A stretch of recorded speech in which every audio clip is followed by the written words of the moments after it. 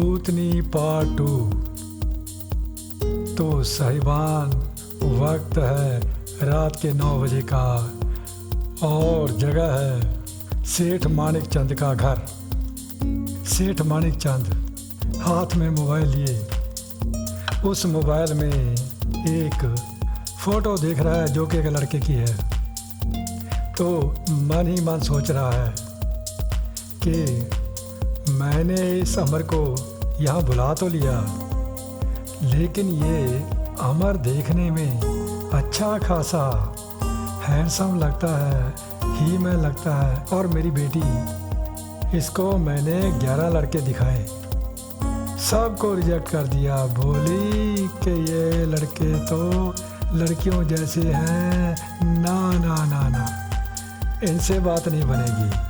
मुझे तो ही में टाइप चाहिए।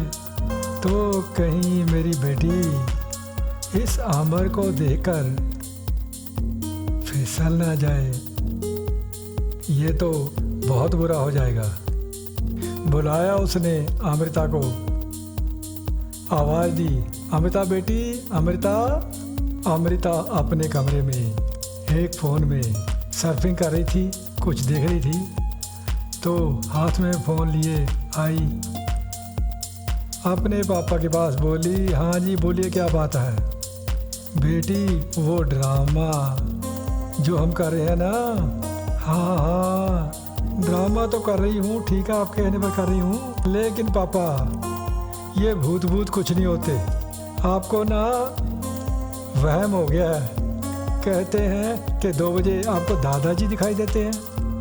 मुझे नहीं लगता, आप ज़रूर सपना देखते होंगे। नहीं बेटी, आज 2 बजे मिलवाएंगे तुम्हें तुम्हारे दादा से, तब तुम्हें पता चलेगा। अगर पापा दादाजी आ भी जाते हैं तो उनसे बात किया कीजिए। इस तरह उनको भगाने की क्या ज़रूरत है इस घर से? ना बेटा, वो हमें भगाने के चक्कर में हैं, बोलते हैं अबे निकल, मेरे घर से निकल। बेटा, अगर इस घर से निकल गया तो मुश्किल हो जाएगी, इसलिए ये ड्रामा तो करना ही पड़ेगा। चलो, आपके कहने पर कर लेती हूँ ड्रामा। तो बेटी, एक बात कहना चाहता हूँ। मानिक चंद बोला, हाँ कहिए। वो ना, मैंने आपके लिए एक लड़का देखा है। लड़का? फिर से? बेटी, देखने में क्या हर्ज है, देखो। तो मोबाइल में जो लड़के की फ़ोटो थी, मानिक चंद ने दिखा दी अमृता को। अमृता उस लड़के की फ़ोटो देखकर चौंकी। अरे पापा, ये ब्लैकमेलर? ब्लैकमेलर? हाँ पापा, एक यहाँ 10 नंबरी है, उसने इसकी पिटाई की थी। तो ये दोनों थाने में आए, तब पता चला कि ये ब्लैकमेलर उस 10 नंबरी की पड़ोसन थी ना, बेचारी विधवा, उसकी लड़की को तंग करता था, ब्लैकमेलिंग करता था। उसने पीट दिया इसे, उस 10 नंबरी ने। मैं खुश हो गई थी, 10 नंबरी से खुश हो गई थी। बेटा, ये बात बताओ कि तुम्हें मैं जो लड़का दिखाता हूँ वो तुम्हें पसंद नहीं। अगर तुम्हें कोई पसंद हो बता दो, मैं उससे तुम्हारी शादी करवा दूँगा। तो अमृता के मन में आया कि पापा ऐसे तो पीछा छोड़ेंगे नहीं। उसने कहा, जी हाँ पापा, मुझे एक पसंद है लड़का। कौन पसंद है? तो अमृता पड़ गई उलझन में, सोचा क्या कहूँ। तभी उसके ध्यान में आया कि उसके मोबाइल में कुछ बदमाशों की फ़ोटो हैं। उसने सर्फिंग की और एक जो अमर की फ़ोटो थी वो अपने पापा के सामने करके बोली, पापा ये है, ये देखो ये है। अरे ये! चौंक गया मानिक चंद। बोला, ये मैंने क्या किया? अमर को यहाँ बुला लिया। ये तो वही बात हुई कि जाति वाला को कहना कि यहाँ दोपहरी काट जा, तो ये तो मुश्किल हो जाए। तो बोला मानिक चंद, बेटा ये तो 10 नंबरी है, फिर क्या है ना, ही मैन हैंडसम, ऐसा है कोई? अरे इसके खानदान का ना पता और हमारे बराबर है ये। पापा, आपकी दो दो फैक्ट्रियां हैं, कोई संभालने वाला भी तो चाहिए, ये संभाल लेगा। और फिर आप सोचिए, मन में बातें बनाकर कह रही है, हाँ बेटा मैं सोच रही हूँ, क्या सोच रही हूँ कि अगर इससे शादी हो गई तो मैं इसे बॉडीगार्ड बना लूँगी और बदमाशों को धर दबोचना कोई चिंता की बात नहीं होगी। हम दोनों मिलकर पकड़ा करेंगे इन गुंडे बदमाशों को। मैं भी तो रिस्की काम करती हूँ, तो ऐश करूँगी मैं। बेटा ऐसे चोर चक्कों के साथ संबंध नहीं रखा करते। तभी बाहर डोर बेल बजी। मन ही मन सोचने लगा माणिक, सेठ के आ गई भला, ये तो मैंने कुल्हाड़ी पर पैर रख दिया, मधुमक्खियों के छत्ते में हाथ डाल दिया, बड़ी मुश्किल हो जाएगी। तो अमृता उठी, बोली पापा मैं देखती हूँ कौन है। गई बाहर, दरवाज़ा खोला, देखा सामने अमर खड़ा है। अमर को देखते ही चौंक उठी, बोली अरे तुम, आओ आओ आओ जनाब आओ, तो मेरे घर शादी का ड्रामा खेलने आए हैं। तो कहाँ थानेदारी साहिबा, ये तो आपके पापा जिद करने लगे, मैंने भी सोचा कि पुण्य का काम है कर ही दूँ। आओ आओ, अंदर ले आई अमृता उसको। एक कुर्सी पर बिठाती हुई अपने पापा से संबोधित होती हुई बोली, पापा इनके लिए वो फ्रिज में जूस होगा, वो ले आइए। रुकिए थानेदारी साहबा, क्या हुआ? जूस नहीं पीना? ना जूस नहीं पीना। तो पानी? ना पानी नहीं। तो चाय? ना दूध? ना। तो क्या पियेंगे? आपके घर में वो अंग्रेजी विस्की नहीं? अच्छा, मेरे सामने पियोगे हैं? थानेदारनी साहिबा के सामने पियोगे? ओ नहीं जी, वो क्या है ना, अमर बोला, थानेदारनी साहिबा एक भूत से मुकाबला करना है, उसको भगाना है, थोड़ी सी दो घूंट तो लगी होनी चाहिए। अच्छा 2 घूंट चाहिए। पापा की ओर मुड़ी। अमृता बोली, पापा वो जो मैंने जो अपने गांव के पास के गांव से एक भट्टी पकड़ी थी ना देसी दारू की, वो देसी दारू पड़ी होगी, एक बोतल में ले आइए। तो मन ही मन कुड़ता हुआ सेठ मानिक चंद गया दारू की बोतल लाने।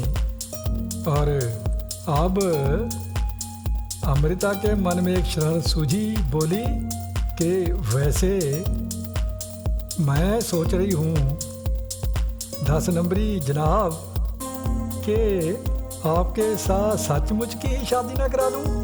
हैं जी? ओ ना जी ना, क्यों मजाक करती हैं? भला मैं कहाँ, आप कहाँ? नहीं जनाब, 2 फैक्ट्रियाँ हैं मेरे बाप की, ऐश करोगे मुझसे शादी कर ही लो, ड्रामा छोड़ो, शादी कर लो, मज़े करोगे। ओ ना मैडम, ये क्या कह रही हैं आप? और तभी सेठ मानिक चांद एक बोतल और 2 गिलास लेकर आ गया और 2 गिलासों को देकर बोला, अमर सेठ साहब ये 2 गिलास क्यों? थानेदारी जी भी, ये मैडम जी पिएंगी? ना बेटा, ये मेरे लिए है। अच्छा, वैसे एक बात है, चलो ड्रामा ही सही, शादी का ड्रामा ही सही, बोला अमर, लेकिन फिर भी झूठ मूठ के होने वाले ससुर साहब, आप मेरे साथ बैठकर पिएंगे? मुझे शर्म आएगी। अब जा, क्या बकता है? तो सेठ चिढ़ गया। अमृता मुस्कुराने लगी तो दारू की बोतल को अपनी ओर सरकाते हुए अमर बोला, तो सेठ साहब बुलाइए अपने पापा को, वो अभी नहीं आते, 2 बजे के करीब आते हैं। बोला सेठ, लो, उन्होंने कहा पाकिस्तान से है ना, यहाँ किसी कोने में छुपे होंगे, आवाज़ दीजिए। चलो आप नहीं आवाज़ देते, मैं आवाज़ देता हूँ। आवाज़ दी अमर ने, दादाजी जल्दी आइए, यहाँ जल्दी आइए, देखिए आपकी पोती का वो होने वाला आ गया है। और जैसे ही ये कहा, एक धमाका हुआ और उनके सामने था वो जोगी जिसे मिला था अपनी गली में। अमर जोगी को देखकर बोला, अबे जोगी तू यहाँ कैसे बे? मैं जोगी नहीं हूँ, मैं इसका बाप हूँ, इस सेठ का, इस माणिक चंद का बाप हूँ। माणिक चंद उसे घूर कर बोला, तू मेरे बाप की शक्ल इतनी बुरी तो नहीं, तुम मेरे बाप कैसे? मैंने इस जोगी के शरीर में अपनी आत्मा घुसा दी, हूँ तुम्हारा बाप ही। बोला वो जोगी, अच्छा क्या सबूत है? तो उस जोगी ने अपना भयानक रूप बदला, इतना भयानक देखकर अमृता और सेठ डर कर भाग लिए, छुप गए और मुस्कुराने लगा ये देखकर अमर। बोला जोगी, क्या यार कैसी शक्ल बनाई, भगा दिया दोनों को है, डरा दिया। अगर दादा हो तो अपनी पोती को क्यों डराते हो हैं? चलो अपने बेटे को तो डराओ, बात बनती है कि तुमने उससे बदला लेना है, लेकिन पोती को गलत किया, तू नहीं डरा, लो मैं क्यों डरूंगा? अच्छा एक बात बताओ ओ जोगी। अमर बोला, वो जो तुम्हारी बीन थी वो पूंगी वो कहाँ है? क्यों, तुमने बीन से क्या लेना है? देखो ये दारू पड़ी है, हम दारू पीते हैं, दारू पीने के बाद ना मुझे चढ़ जाती है, तो तुम बीन बजाना, मैं नागिन डांस करके दिखाऊंगा तुम्हें, खूब रंग जमेगा। वही वाह क्या दलेर हो, मुझे देखकर भी नहीं डरते, और शक्ल बनाकर दिखाऊं डरावनी? अबे रहने दे, मुझसे कही ना तुम अपनी हजामत मत करवा लेना। ये मुस्कुरा कर बोला अमर। चलो आओ, दादाजी हो तुम? हाँ, अच्छा, वो ना मैं आपकी पोती से शादी कर रहा हूँ। हैं तू मेरी पोती से शादी कर रहा है? अबे तू है कौन? मैं जी सर, वो क्या है ना, वैसे तो ये शहर है ना अपना।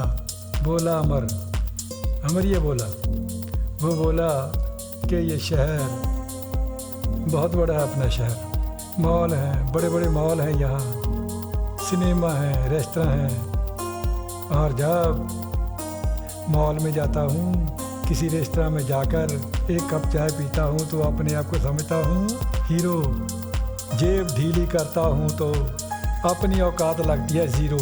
ये बात कोने में छुपी अमृता सुन रही थी। अमृता मुस्कुराई, उसे लगा कि ये बंदा ठीक है, ये बंदा सच्चा है, बेशक गरीब है। तो तुम ज़ीरो हो?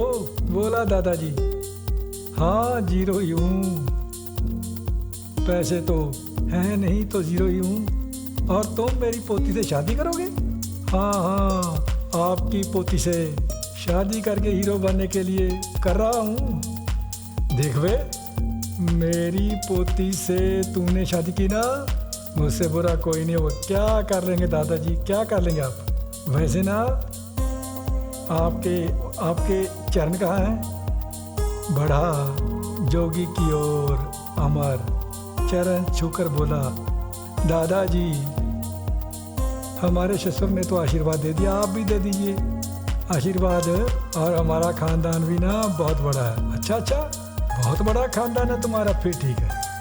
फिर क्या हुआ अगर अब गरीबी आ गई, खानदान हमारा बड़ा है। चलो कोई नहीं, अमीरी गरीबी तो ना चढ़ते ढलते परछावें हैं, वो कोई नहीं, खानदान तो बड़ा है तुम्हारा। हाँ, खानदान बड़ा है। अमर बोला, दादाजी बैठकर थोड़ी थोड़ी लगाते हैं घूंट घूंट। तो दादाजी और अमर दोनों बैठ गए उस मेज के आमने सामने, जिस पे बोतल और 2 गिलास रखे हुए थे। तो अमर ने गिलासों में मदिरा डाली, बोला, अब आप हमारे गिलास से गिलास टकराइए। अच्छा, गिलास से गिलास टकराएं? तो बेटा तुम ये बात बताओ। और तब तक वो दोनों भी पास में आ गए, सेठ, माणिक चंद और अमृता। उनका भी डर दूर भाग गया था।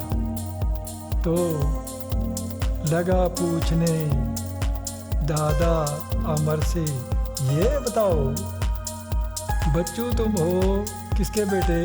शहर में यहाँ मैं सबको जानता हूँ मैं सबको। मैं, अमर बोला, किसका बेटा हो? हाँ हाँ, तुम्हारे पिताश्री कौन है? मेरे पिताश्री पता नहीं कौन है? ये सुनकर अमृता और सेठ भी चौंके। सेठ के चेहरे पर मुस्कुराहट आ गई। बोला, चलो अब ये अमृता इसको भाव नहीं देगी। तो तुम्हें तुम्हारे पिता का पता नहीं? गुस्से से घूरता दादा बोला, ना जी, तुम्हारे पिता पता ही नहीं तुम्हें, तुम्हारे पिता कौन है? ना दादाजी, वो क्या है ना, यह एक सुनार था, जीवन सुनार।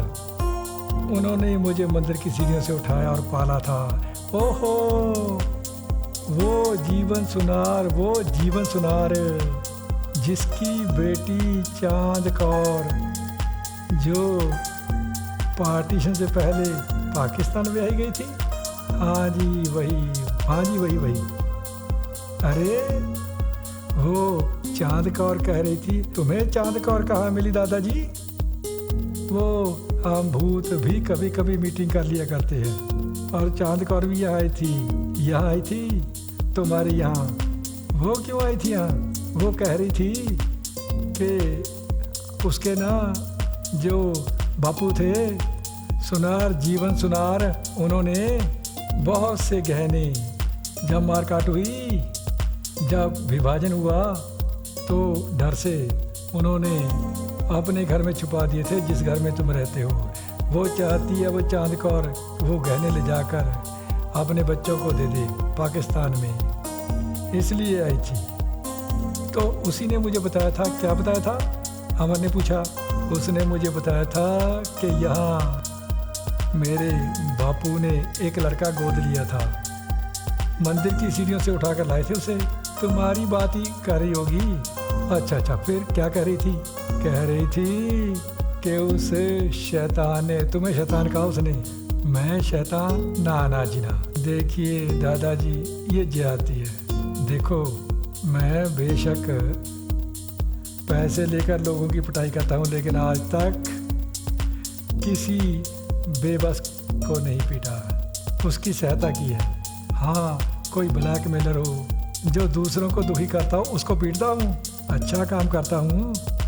हाँ, क्या कह रहे थे वो चांद कौर? क्या कह रही थी? कह रही थी कि तुमने उसके बाप का कत्ल कर दिया। सुनकर चौंके सेठ मानिकचंद और अमृता बोली, अच्छा, तो वो कत्ल जिसकी फाइल दीमक पड़ी है, जिसकी फाइल पे जो बंद कर दी थी हमने, उसका कत्ल किसने किया? अमर बोला, थानेदारी साहब, मैंने कोई कत्ल नहीं किया, मैंने तो कभी कोई मक्खी भी नहीं मारी। वो तो मैं दोबारा फाइल खुलवाऊंगी, पता कर लूँगी। तो ये सुनकर खुश हो गया दादाजी। दादाजी बोला, ये कि मेरी बेटी ने मेरे मन की बेटी, शाबाश बेटी, लगता है तुम मेरा खून हो, ये नहीं। तो ये सुनकर चिढ़ गया सेठ मानिकचंद। एक तरफ अमृता को ले जाकर बोला, बेटी ये तुमने क्या किया? ये तुम्हारी शादी की बात सुनकर भाग जाता मेरा बाप, कभी वापस ना लौटता, लेकिन ये तो अब यहाँ से नहीं जाएगा, मुझे निकालेगा। ओह, ये बात है, कोई बात नहीं पापा, मैं बात संभाल लूँगी, बोली। अमर की ओर मुँह करके बोली अमृता, सुनो जनाब, मैं कल को तुम्हारे घर आ रही हूँ। क्यों? मेरे घर में क्यों? वहीं रहूँगी, अपना सामान लेकर आऊँगी। बोला था ना कि शादी तो मुझे तुमसे ही करनी है। ये सुनकर चिढ़ गया दादा। बोला, बेटी अगर ऐसा किया तो मुझसे बुरा कोई नहीं होगा। ना दादाजी, मैं तो शादी इसी के साथ करूँगी, तो आप जाइए। अमृता अमर को बोली, मैं कल अपना सामान एक अटैची में पैक करके आती हूँ, तुम्हारे घर आती हूँ मैं। तो अमर चला गया।